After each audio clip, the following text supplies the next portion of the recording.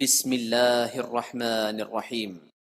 السلام علیکم ورحمۃ اللہ وبرکاتہ۔ ان الحمد للہ نحمده ونستعینه ونستغفره ونستهدیه والصلاة والسلام علی اشرف الانبیاء والمرسلین محمد وآلہ وصحبہ اجمعین، اما بعد۔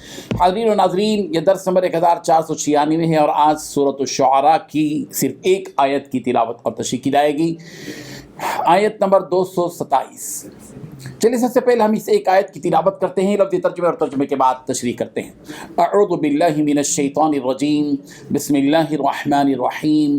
الا الذین آمنوا وعملوا الصالحات وذکروا اللہ کثیرا وانتصروا من بعد ما ظلموا وسيعلم الذین ظلموا أي منقلب ينقلبون۔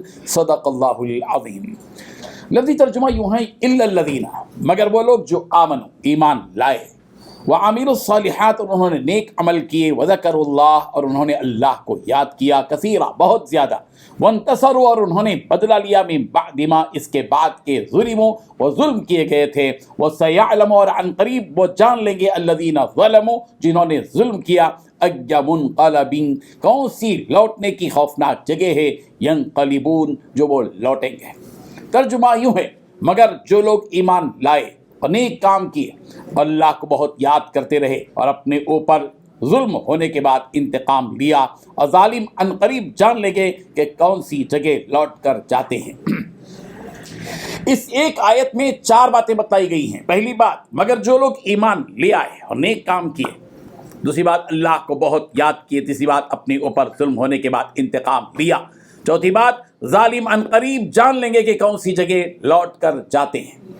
بزرگان محترم، پچھلی آیات میں شاعروں کے سلسلے میں بات بتائی گئی، والشعراء یتبعهم الغاؤون، اور ظاہر بات ہے کہ وہاں جب شاعروں کے سلسلے میں بات کہی گئی تو شاعروں سے مراد کون ہے؟ وہ شاعر جن کی مذمت کی گئی، یہ وہ شاعر ہیں جو صرف لغو اور غلو باتیں کرتے ہیں اور جن کا مقصد حق کو ختم کرنا اور مٹانا اور باطل کو شہ دینا ہوتا ہے۔ ایسے شاعروں کی بات کہی گئی ہے، لیکن یہاں استثناء دیا گیا ہے اس آیت میں ان شاعروں کے بارے میں، مگر ایسے بھی شاعر ہیں جو اس فہرست میں نہیں آتے جس کی مذمت کی گئی ہے۔ کون ہے وہ؟ الا الذین آمنوا، مگر ایمان رکھنے والے لوگ، ایمان رکھنے والا شاعر۔ وعملوا الصالحات، برائی میں مبتلا فاسق اور فاجر شاعر نہیں، بلکہ نیک اعمال کرنے والے شاعر۔ اور پھر تیسرے، وہ جو ایسے شاعر جو دنیا اور دنیا کے پیچھے پڑے رہتے نہیں، بلکہ وہ اللہ کے ذکر میں مصروف رہتے ہیں، ایسے شاعر۔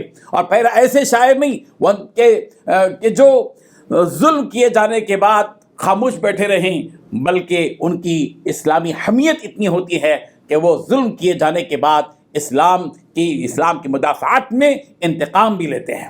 ایسے لوگوں کو استثناء کیا گیا ہے۔ تو الا الذین آمنوا وعملوا الصالحات وذکروا اللہ کثیرا وانتصروا من بعد ما ظلموا۔ تو یہاں 4 خصوصیات بیان کی گئی ہیں ان ایمان والوں کی جن کی جو ان شعراء سے مستثنیٰ ہیں جن کی مذمت کی گئی ہے۔ پہلے یہ کہ وہ مومن ہو، یعنی اللہ اور اس کے رسولوں اور اس کی کتابوں کو سچے دل سے مانتے ہو اور آخرت پر یقین رکھتے ہو۔ وہ شاعر نہیں جو آخرت کا انکار کرتے ہیں، اللہ اور اللہ کے رسول کو تسلیم نہیں کرتے، اللہ کی کتابوں کو نہیں مانتے بلکہ ان کا مذاق اڑاتے ہیں۔ وہ شاعر نہیں، بلکہ وہ شاعر ہیں جو ایمان والے، نیک عمل کرنے والے۔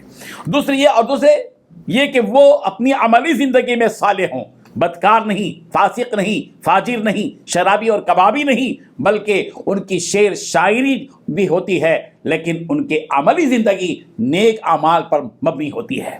وہ اخلاق کی بندشوں کے ساتھ جیتے ہیں اور اخلاق کی بندشوں سے آزاد ہو کر ادھر ادھر گھومتے نہیں ہیں اور سرگردہ اور حیران نہیں رہتے۔ اور تیسرے یہ کہ وہ اللہ کو کثرت سے یاد کرنے والے ہوتے ہیں۔ ایسے شاعر، وہ شاعر نہیں جو دنیا میں پڑے ہوئے رہتے ہیں، غفلت کی زندگی بسر کرتے ہیں، بلکہ یہ ایمان والے شاعر وہ پاکیزہ شاعر ہیں، وہ مقدس ہستیاں ہیں جو شعر شاعری کرتے ہیں، لیکن وہ اللہ کو یاد کرتے ہوئے زندگی گزارتے ہیں، اپنے عام اوقات میں اور اپنے حالات میں اور اپنے کلام میں بھی وہ کبھی اللہ کا تذکرہ کرتے ہیں، کبھی آخرت کا تذکرہ کرتے ہیں، کبھی نبیوں کے تذکرے کرتے ہیں، کبھی دین اسلام کی حمایت میں دین کی سربلندی کی باتیں کرتے ہیں۔ یہ ہیں وہ لوگ اور پھر اسی کے ساتھ ساتھ چوتھے یہ بھی ہے کہ ان مستثنا قسم کے شاعروں کی ایک بات، ایک خصوصیت یہ ہے کہ وہ شخصی اغراض کے لیے تو کسی کی ہجو نہیں کرتے، نہ ذاتی یا نسلی یا قومی عصبیتوں کی خاطر جو ہے انتقام کی آگ نہیں بھڑکاتے، مگر جب ظالموں کے مقابلے میں حق کی حمایت کے لیے ضرورت پیش آتی ہے تو پھر اپنی زبان سے وہی کام کرتے ہیں جو ایک مجاہد تیر و شمشیر سے کام لیتا ہے۔ ہر وقت گھگھیاتے نہیں رہ جاتے، ظلم کے مقابلے میں نیاز مندانہ معروضات ہی پیش کرتے نہیں رہ جاتے، بلکہ جہاں ضرورت پڑتی ہے ظلم کرنے کیے جانے کے بعد وہ انتقام سے بھی کام لیتے ہیں۔ یہ حقیقت بیان کی گئی۔